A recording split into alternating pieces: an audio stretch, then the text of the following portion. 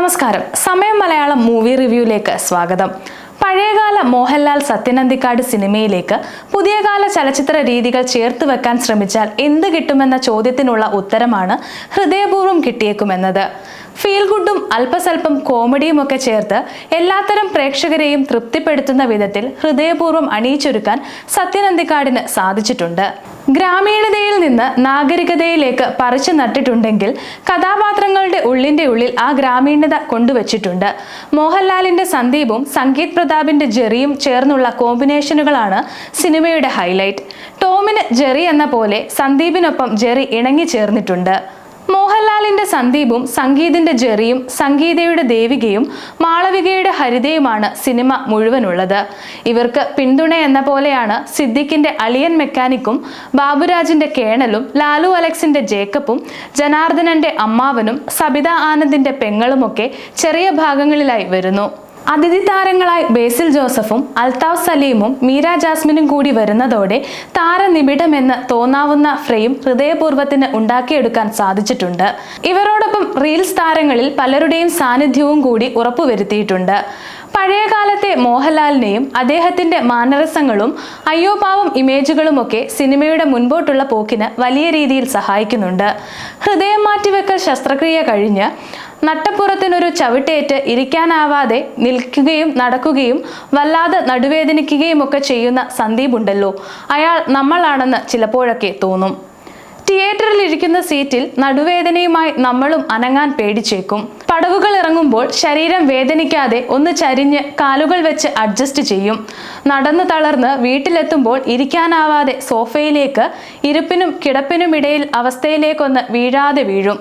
ശരീരചലനങ്ങൾ കൊണ്ട് പ്രേക്ഷകരെ വീണ്ടും വീണ്ടും അത്ഭുതപ്പെടുത്തുന്നുണ്ട് മോഹൻലാലിന്റെ സന്ദീപ് ബാലകൃഷ്ണൻ. പൂനെയിലെ ഹിന്ദിക്കാരൻ യുവാവ് ആവേശവും കുമ്പളങ്ങി നൈറ്റ്സും ഒക്കെ കണ്ട് ഫാഫ എന്ന ഫഹദ് ഫാസിലിന്റെ ആരാധകനാകുമ്പോൾ മലയാള സിനിമയിൽ മുതിർന്ന മറ്റ് നടന്മാരൊക്കെ ഉണ്ടെന്ന് സന്ദീപിന് പറയേണ്ടി വരുന്നൊരു രംഗമുണ്ട്.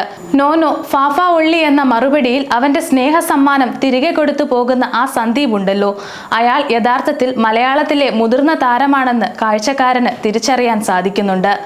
ആ മുതിർന്ന താരത്തോടൊപ്പമാണ് അത്രയും മുതിർന്നിട്ടില്ലാത്ത സംഗീത് പ്രതാപിന്റെ ജെറി കയറി അങ്ങ് തിമിർക്കുന്നത്. സിദ്ദിഖിന്റെ കഥാപാത്രമാണ് സിനിമയിൽ എടുത്തു പറയേണ്ടുന്ന മറ്റൊന്ന്. മുമ്പായിരുന്നുവെങ്കിൽ ഒടുവിൽ ഉണ്ണികൃഷ്ണനോ മാമുക്കോയോ ചെയ്യേണ്ടിരുന്ന ഭാഗമാണ് സിദ്ദിഖ് അതിമനോഹരമായി അവതരിപ്പിച്ചിരിക്കുന്നത്. ഒരുപക്ഷെ സിദ്ദിഖ് ആദ്യമായിട്ടായിരിക്കണം ഇത്തരം ഒരു കഥാപാത്രത്തെ അവതരിപ്പിക്കുന്നത്. മാത്രമല്ല അധികം വെച്ചുകെട്ടുകളൊന്നുമില്ലാതെ തന്റെ അതേ ശരീരഭാഷയിൽ തന്നെയാണ് സിദ്ദിഖ് സിനിമയിൽ പ്രത്യക്ഷപ്പെട്ടിരിക്കുന്നത്. സിംഗ് സൗണ്ടിലാണ് മാളവിക മോഹനൻ തന്റെ കഥാപാത്രമായ ഹരിതയെ അവതരിപ്പിച്ചിരിക്കുന്നത്.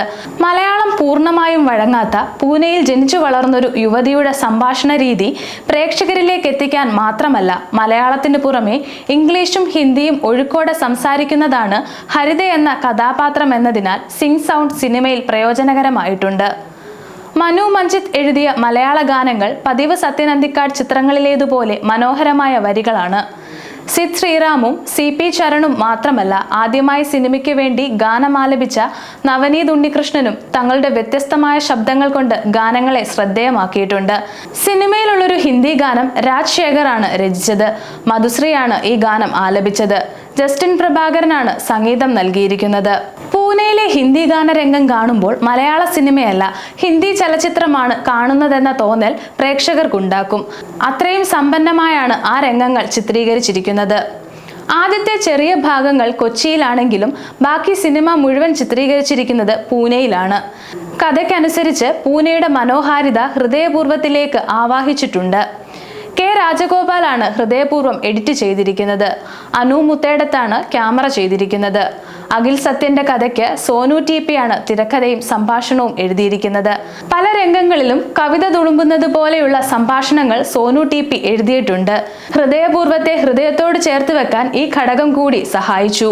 നായകനല്ലാതെ പ്രതിനായകനില്ലാത്ത സിനിമയ്ക്ക് എവിടെയെങ്കിലും ഒരു കൊളുത്ത് കൊണ്ടുവരാൻ ചില പൊടിക്കൈകൾ വേണ്ടിവരും. അത് ഈ സിനിമയിലുമുണ്ട്. അങ്ങനെയൊന്നുണ്ടാവുമെന്ന് സ്വാഭാവികമായും തുടക്കം മുതൽ പ്രേക്ഷകർ പ്രതീക്ഷിക്കുന്നുണ്ടാകും. ആശീർവാദ് സിനിമാസ് സിനിമാ നിർമ്മാണ രംഗത്തെ 25 വർഷം പൂർത്തിയാക്കുന്ന ചലച്ചിത്രം കൂടിയാണ് ഹൃദയപൂർവ്വം. അതുകൊണ്ട് തന്നെ കഴിഞ്ഞ 1/4 നൂറ്റാണ്ട് കാലത്തെ ആശീർവാദിന്റെ മോഹൻലാൽ കഥാപാത്രങ്ങളുമായാണ് സിനിമാ രംഗം ആരംഭിക്കുന്നത്. മോഹൻലാലിന്റെ കൈയക്ഷരത്തിലാണ് സിനിമയുടെ ടൈറ്റിൽ എന്ന പ്രത്യേകത കൂടി ഹൃദയപൂർവ്വത്തിനുണ്ട്. സത്യൻ അന്തിക്കാടിന്റെ ഫോർമുല പ്രതീക്ഷിക്കുന്ന പ്രേക്ഷകരെ ഹൃദയപൂർവ്വം നിരാശപ്പെടുത്തുന്നില്ല. പുതിയ കാഴ്ചകൾ കാണാൻ ആഗ്രഹിക്കുന്ന പ്രേക്ഷകർക്കും ഈ സിനിമ നിരാശ സമ്മാനിക്കുന്നില്ല. സമയം മലയാളം വാർത്തകൾ ഇനി ടൈംസ് ഓഫ് ഇന്ത്യ സൂപ്പർ ആപ്പിലും. ഇതിനായി പ്ലേ സ്റ്റോറിൽ നിന്നോ ആപ്പ് സ്റ്റോറിൽ നിന്നോ times of India app install ചെയ്യൂ. മലയാളം ഭാഷ തിരഞ്ഞെടുക്കൂ. വാർത്തകൾ ആസ്വദിക്കാം. എല്ലാം ഇനി സമയത്തിൽ.